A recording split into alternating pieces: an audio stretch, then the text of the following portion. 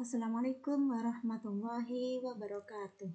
Mari kita lanjutkan belajar lagi ya teman-teman. Saya semangat, teman-teman juga semangat. Ini saya berikan soal yang kedua pada hari ini karena besok teman-teman masih ada yang melaksanakan ujian P3K tahap kedua. Semoga teman-teman yang besok melaksanakan ujian P3K tahap 2 hari ini semangat belajarnya agar besok bisa menjawab soal-soalnya dengan mudah dan gampang dan juga benar ya teman-teman. Nah, untuk kuis mohon maaf tidak saya berikan ya, ini hanya tambahan soal yang saya sampaikan pada hari ini.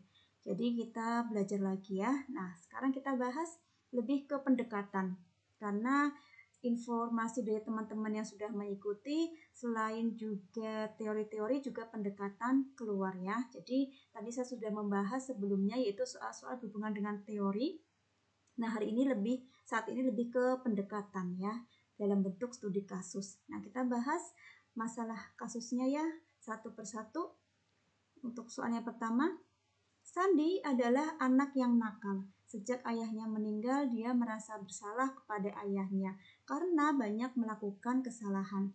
Teknik apa yang cocok digunakan oleh konselor untuk membantu masalah Sandi? A. Teknik client center. B. Teknik kursi kosong. C. Teknik top dog versus underdog. C. Teknik bermain proyeksi. Nah, untuk soal seperti ini tentu teman-teman sudah bisa ya menjawabnya. Jawaban yang benar adalah yang B ya. Jadi yang B ini yaitu teknik kursi kosong. Nah, sekarang kita bahas untuk teknik-teknik agar teman-teman lebih memahami lagi. Teknik kursi kosong ini digunakan untuk kasus-kasus ya. Yang pertama seperti introyeksi diri orang tua versus anaknya. Kemudian bagian diri yang bertanggung jawab versus bagian diri yang impulsif. Kemudian orang yang agresif versus orang yang pasif. Diri yang otonom versus diri yang tergantung. Anak baik versus anak nakal.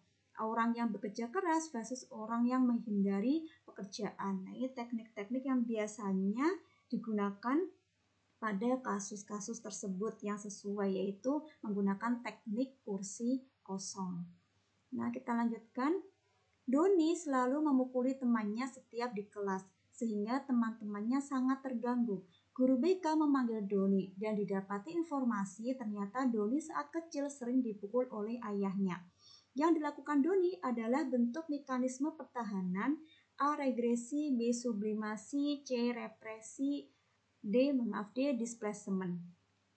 Untuk soal ini juga sudah pernah ya, bentuk-bentuk soal seperti ini sudah pernah kita bahas. Jawaban yang benar adalah yang C, yaitu represi. Nah, sekarang kita bahas ya agar teman-teman lebih memahami dan ingat tentang mekanisme pertahanan diri. Represi itu adalah pikiran dan perasaan yang mengancam atau yang menyakitkan. Kalau regresi kembali ke fase pengembangan sebelumnya ketika ada sedikit tuntutan yang sulit. Kalau sublimasi itu mengalihkan energi seksual atau energi agresif ke saluran lain.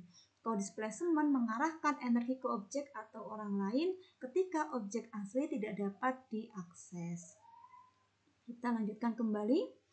Konselor memerintahkan konseli untuk menjadikan pikirannya dari pemikiran sehari-hari dan sebanyak mungkin untuk mengatakan apa yang muncul dalam kesadarannya. Teknik pokok konseling psikoanalisa apa yang dimaksud? A. Analisa mimpi. B. Asosiasi bebas. C. Penafsiran. D. Analisis transferensi.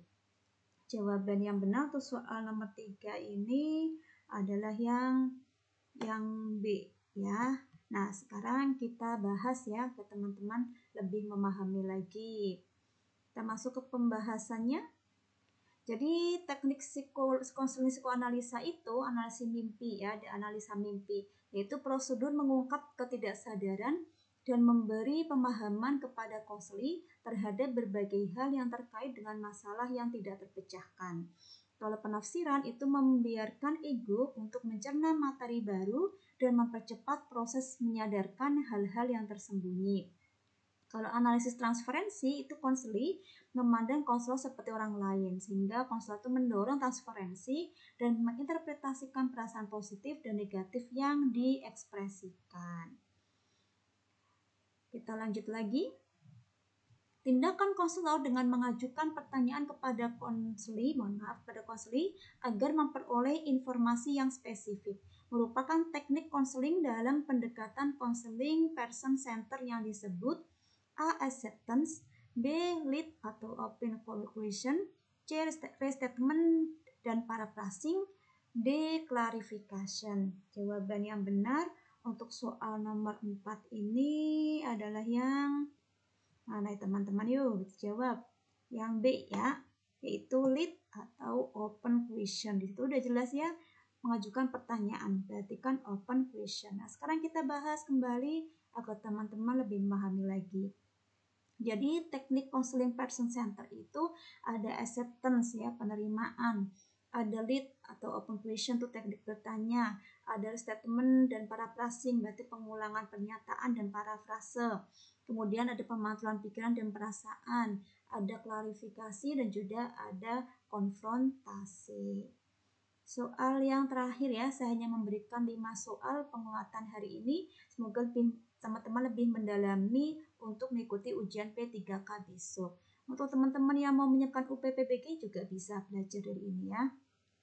Budi, seorang siswa SMA, mendapatkan nilai rendah pada mata pelajaran matematika. Padahal menurutnya ia sudah belajar tekun. Ia merasa sangat kecewa. Ia menganggap bahwa ia gagal karena orang tidak menghargai usahanya. Dan akhirnya Budi menimbang apakah selama ini dia masih salah dalam belajar. Dan Budi bisa menyimpulkan bahwa nilai rendah itu bukan akhir dari segalanya. Namun masih ada waktu untuk memperbaikinya. Skema pendekatan konseling apa yang dialami Budi? A. Pendekatan konseling REB, B. Pendekatan behavioral, C. Pendekatan client center, D. Pendekatan Gestalt. Untuk soal 5 ini teman-teman bisa memahaminya ya, yaitu yang A. Pendekatan konseling REB, itu rasional emotif behavior ya. Jadi dalam hal ini itu Budi seorang siswa kemudian mendapatkan nilai rendah pada mata pelajaran matematika. Padahal menurutnya ia sudah belajar tekun. Ini adalah masalah yang awal terjadi. Berarti maksudnya A, yaitu activating event. Nah, dalam pendekatan konseling REB itu ada skema ya, modelnya itu A, B, C, D, E. Nah, untuk yang pertama ini maksudnya A, yaitu activating event. Kemudian ia merasa sangat kecewa. Ia menganggap bahwa ia gagal karena orang tidak menghargai usahanya. Kemudian itu masuknya dalam C ya, consequence. Kemudian dia menghargai usahanya dan akhirnya Budi menimbang apakah selama ini dia masih salah dalam belajar. Nah, itu masuknya disputing ya, D. Dan Budi bisa menyimpulkan bahwa nilai rendah itu bukan akhir dari segalanya, namun masih ada waktu untuk perbaikinya. Skema pendekatan. Nah, untuk soal nomor 5 ini itu masuknya A, B, C, D, E ya. Jadi ada masalah yang awal terjadi yaitu Budi merasa nilainya rendah ya, kecewa dengan nilainya rendah. Kemudian sampai akhirnya dia bisa menemukan bahwa atau dia mendisputing ya. Disputing itu adalah mempertentangkan. Jadi dalam REB itu kan rasional sama irasional. Nah, ini berarti si Budi itu dia memiliki pemikiran irasional begitu. Jadi untuk kasus ini pendekatannya adalah pendekatan konseling REB, di mana di dalamnya ada activating event, ada belief, ada consequence, ada disputing, dan juga ada efek. Begitu teman-teman, soal yang saya berikan untuk sore hari ini. Hari ini saya tadi pagi memberikan, hari ini jam segini ya, sore ini memberikan lagi untuk pendalaman teman-teman agar besok lebih siap untuk mengikuti ujian P3K BK. Mohon maaf kalau banyak kesalahan dan kekurangan. Semoga channel ini bermanfaat. Terima kasih sudah mengikuti channel ini. Wassalamualaikum warahmatullahi wabarakatuh.